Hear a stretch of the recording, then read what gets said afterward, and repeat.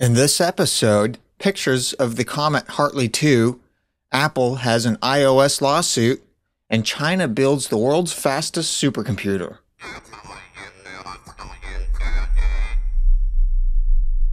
Quicksurf Internet Media presents The Geekinator, talking about all things tech and geek. Hey everybody, how's it going? I'm your host Adrian, coming to you almost live from lovely Phoenix, Arizona, here in Studio C1 at Quicksurf Internet Media. The Geekinator is a proud member of the Tech Podcast Network. If it's tech, it's here. Do feel free to head on over to techpodcast.com and check out all the other technology-related shows over there. Let's go ahead and get into the stories for Season 4, Episode 4, or 0404, or the 404, whichever one you want.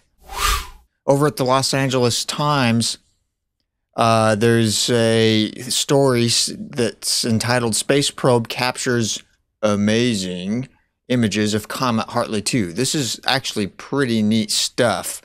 Hours after the Deep Impact Space Probe flew within about 435 miles of the Comet Hartley 2 on Thursday morning, images beamed back to Earth revealed a body shaped rather like a peanut or an overturned bowling pin, with two bulbous roughened edges and a smooth band in between. This is actually pretty neat stuff. The blog has images up. They're all over the web if you haven't already seen them by now, so by all means go check them out. We've got everything linked up in the show notes over at quicksurf.com. From PCMag.com, there's a story that the weather is delaying the Space Shuttle Discovery launch yet again. The Space Shuttle Discovery can't catch a break. Inclement weather has delayed the shuttle launch again.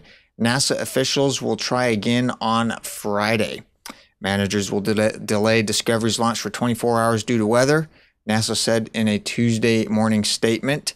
Mission managers will meet tomorrow at 5 a.m. to reevaluate the weather conditions. If the launch remains on schedule, it will happen at 3:04 p.m. Eastern Time on Friday.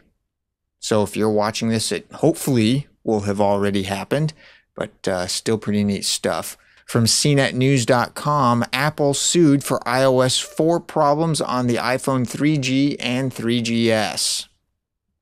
Since iOS 4 was released in mid-June, iPhone 3G and 3GS owners have complained that the software has their phones seemingly grinding to a halt, slow keyboard response time, frozen unlock screens, and a battery that drains faster than with previous versions of the software. Yeah, I know. I have a 3G. It's horrible. Anyway, now this is going into court. San Francisco resident Blekko Launches has sued Apple for violating the Consumer Legal Remedies Act, unfair business practices, and false and deceptive advertising.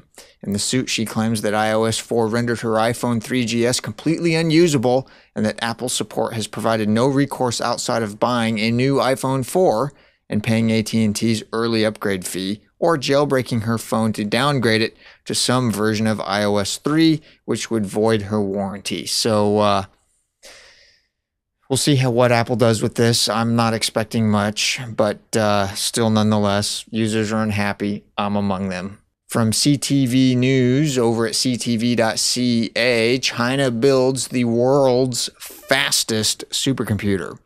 A leading Chinese research center has built the world's fastest supercomputer, an industry announcement said Thursday, underscoring the country's rise as a science and technology powerhouse.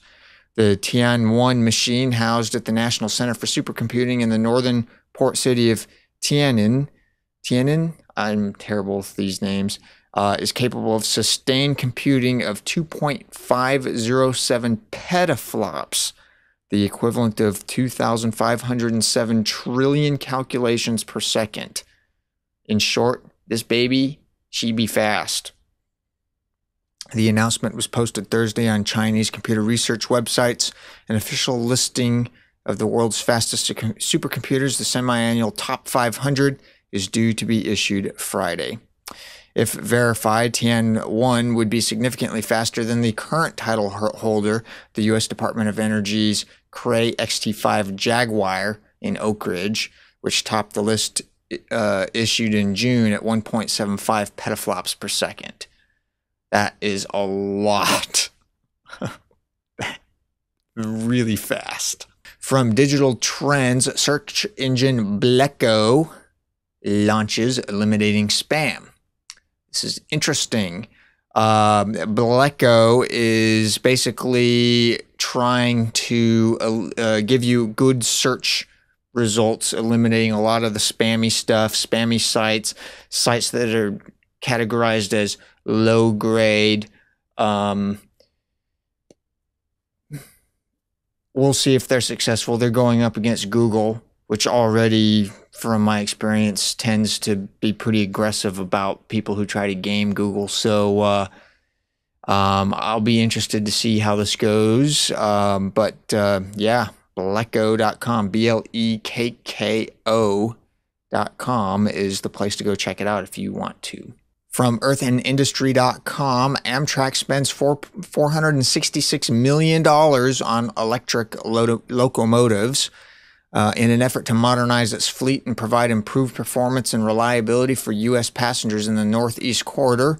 Amtrak has commissioned the German manufacturing giant Siemens to build 70 cities Sprinter ACS64 electric locomotives, the first of which will be operational in 2013. So I'll be interested to see. Now, the very interesting thing about this is Phoenix, Arizona, where I live, has recently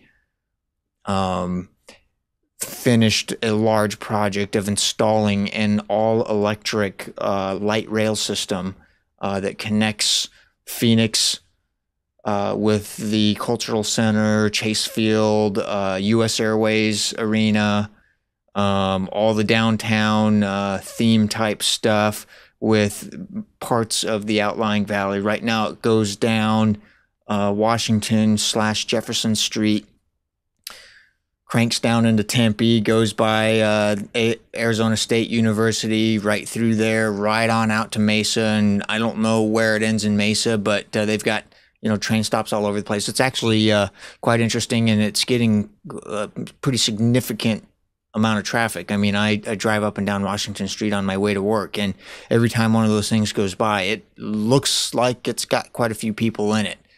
And the only reason why I'm bringing this up is because the picture they have on here for the Amtrak train looks strikingly similar to the light rail cars that Valley Metro uses. That's the authority that operates it here, is called Valley Metro.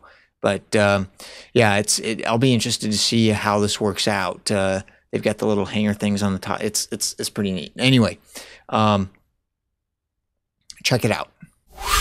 That'll pretty much do it for this edition of the Geekinator. As always, everything we've talked about is linked up on the show notes. Visit us on the web, quicksurf.com. You can shoot me an email, geekinator@quicksurf.com. And you can follow me on twitter.com/Adrian_Bacon. All that is also linked up in the show notes. And with that, I will see all of you on the next episode. I'll see you then. Bye.